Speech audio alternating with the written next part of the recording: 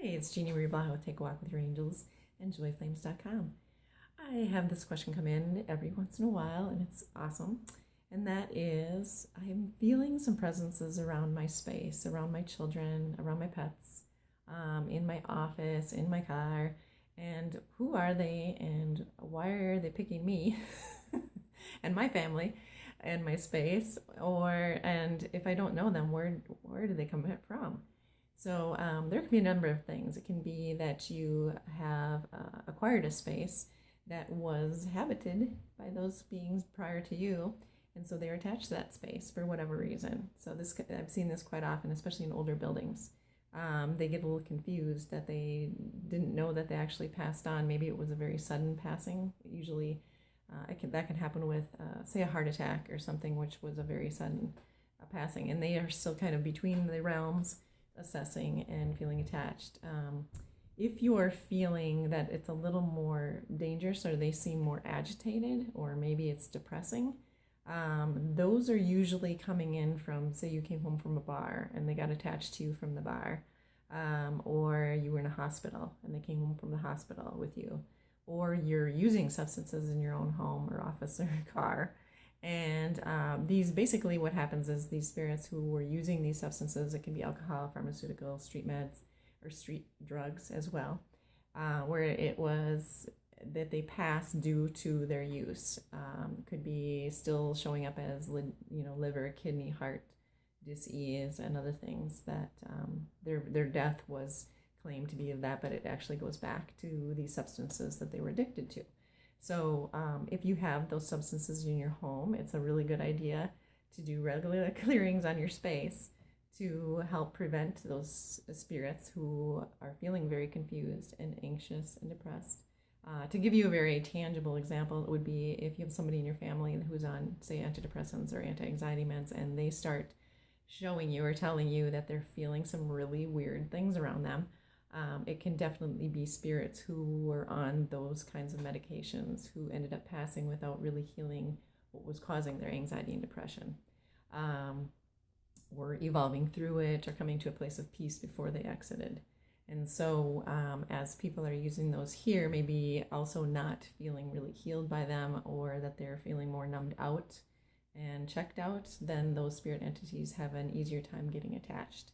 So different ways that you can clear your space, just lighting candles, stringing up some white lights, keeping places lit in different areas, especially with children, because they can get really freaked out by them, or they can say, why are they coming at me? The best thing you can do with a child who's expressing this concern is ask about it, find out, what do they feel like? What do the spirits feel like? What are they communicating? If it's something where it's unrecognizable language that's coming, because that can happen where they're really garbled, and that has to do with whether we're in form or out of form.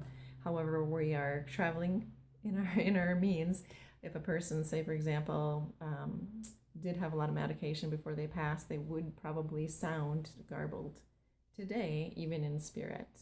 So your kids are not crazy, your pets are not crazy, you're not crazy. But you can definitely, the best thing you can do, the easiest way to help these spirits is to communicate with them, that they need to go towards the light, or they need to find their loved ones, because there's no spirit that I've met in all my lifetime that doesn't have loved ones waiting and helping, ready to help, ready to assist, just like they were wanting to assist here. So usher them on, give them permission to go, and let them know this is your home, this is your car, this is your office, and that you really want them to be going towards that love and that joy and that peace that's available. And I've done this a number of times, even at a distance from people's homes, and it can be happening just immediately, because they've never had anyone communicate with them to say, you know what, you're loved, and you've got people waiting for you. You've got your family, you've got friends who are waiting to attend to you, to be receiving you, to acknowledge you. And it can be poof that fast that the spirit is ready to go.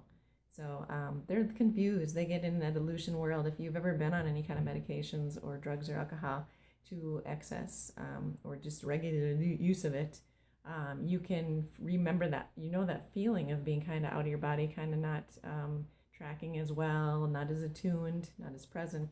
It's no different when we're in without this form in spirit. It's the same thing. So, and we're all here to help each other evolve. And when we enter spirit, we're still evolving. It doesn't stop. It's not only here on the earth plane. So help them. You can. And so can your kids. So when your kids say there's stuff in their room, there's stuff in their room. And it's a really good idea to listen and then to assist. And you can do it all together. Work as a team to help them move on. And it's very, very effective. It works very fast. And even in cases where I've worked with people that were spirits who were really attached to the space, they still let go of the space, knowing that there would be more love and more light and more connections with people that they did know while they were here in form, waiting for them. So love you lots. This is Jeannie Marie Blaha with Take a Walk with Your Angels. Come take a walk with me in Colorado if you're here. Otherwise, I'm on the phone as well. Or you can subscribe to my YouTube channel. It's free. All right, take care. Love you lots. Hope this helps.